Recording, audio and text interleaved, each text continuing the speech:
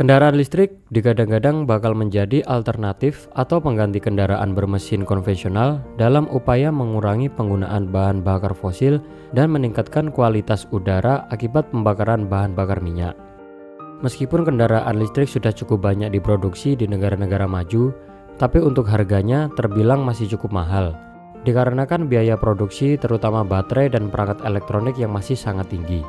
Berbagai produsen kendaraan listrik menawarkan pilihan kendaraan listrik murah yang terjangkau bagi masyarakat menengah ke bawah. Salah satunya sepeda atau motor listrik.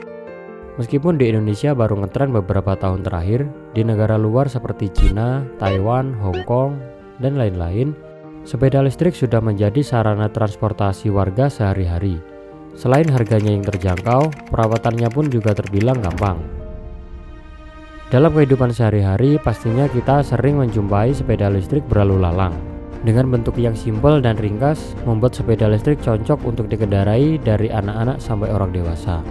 Karena dari segi harga yang terjangkau dan dari perawatan yang gampang, membuat sepeda listrik makin digemari masyarakat. Makanya gak heran kalau banyak dari orang tua di Indonesia berbondong-bondong membelikan sepeda listrik untuk anak-anak mereka yang kebanyakan masih usia sekolah dasar. Ini tentunya bukan hal yang baik, mengingat anak-anak usia itu masih rawan dan belum paham tentang berlalu lintas. Walaupun itu bisa dibilang sepeda, tapi secara sistem hampir mirip dengan sepeda motor konvensional. Dalam penggunaan sepeda listrik itu sendiri, pemerintah sebenarnya sudah membuat peraturan dalam pasal 3 Permenhub nomor 45 tahun 2020, di mana di situ dijelaskan soal persyaratan keselamatan penggunaan sepeda listrik, seperti lampu utama, alat pemantul cahaya atau reflektor, sistem pengereman, klakson, dan kecepatan maksimal 25 km per jam. Selain itu, untuk menggunakan sepeda listrik, pengguna juga harus memakai helm dan berusia minimal 12 tahun. Sementara itu, pasal 5 menjelaskan bahwa penggunaan sepeda listrik bisa dioperasikan di lajur khusus kawasan tertentu. Lajur khusus yang dimaksud adalah lajur sepeda atau lajur yang disediakan secara khusus untuk kendaraan tertentu dengan menggunakan penggerak motor listrik.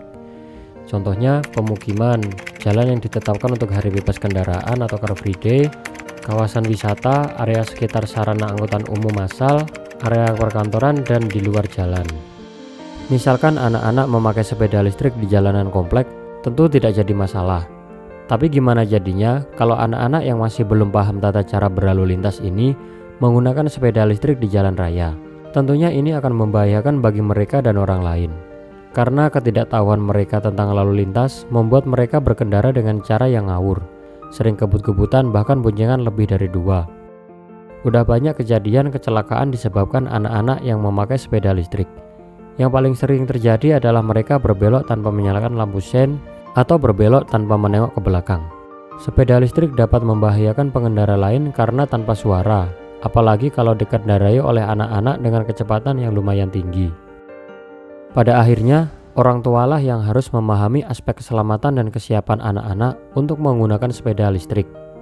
Pastikan memberikan sepeda listrik yang sesuai dengan kebutuhan anak. Ajari anak-anak menjadi pengendara sepeda yang aman. Ajari pengetahuan dasar tentang berlalu lintas dan mengikuti aturan di jalan, apapun kendaraan yang digunakan. Dengan memberikan pengetahuan tentang berlalu lintas, setidaknya membuat anak-anak mengerti apa yang akan mereka lakukan jika menggunakan sepeda listrik. Pastikan orang tua juga harus bijak untuk tidak memperbolehkan menggunakannya di jalan raya. Orang tua benar-benar harus mengawasi, bukan malah abai. Kalau sesuatu yang nggak diinginkan udah terjadi, maka hanya penyesalan yang akan didapat.